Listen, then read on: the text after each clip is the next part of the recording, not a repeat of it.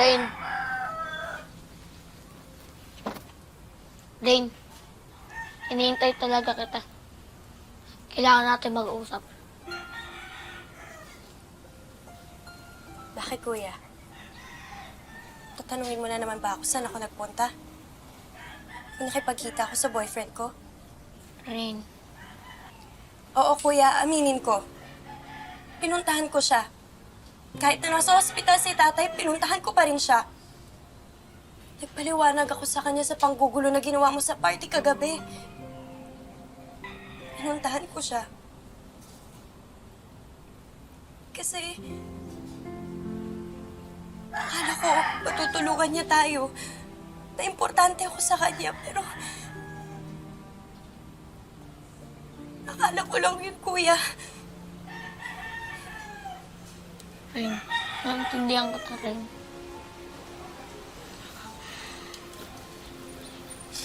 Naintindihan kita.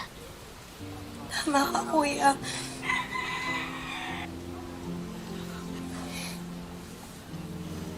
Hindi. Nagkamali rin ako. Hindi dapat kita hinigpitan. Mahal lang naman ako, kuya eh.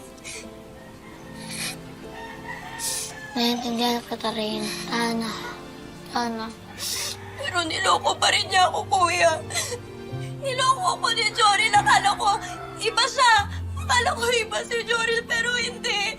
Akala ko totoo na importante ako sa kanya, pero kuya. Sana. Kuya, sumbatan mo ako. Lahat ng masasakit na salita sabihin mo sa akin. Kahit yung nangyari kay tatay, isumbat mo na rin sa akin kasi kuya. Kuya, deserve ko yun. Sana. Sana. Wala nang sumbatan. Wala nang masasakit na salita. Sana. Sana na. Lesson sa atin ang nangyari. Lahat tayo nagkakamali. Ang mahalaga, kailangan natin maging matatag. Kailangan nating bumangon ulit. Para kay tatay at para sa pamilya. Opo, kuya. Para sa pamilya natin. Kailangan kita ngayon, Rain. Kailangan nating matustusan ang mga pangangailangan ni tatay sa ospital.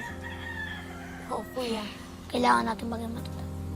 Huwag sanang mawala ang ganda ng puso sa hirap ng mundo, kahit daling sumuko. Ayaw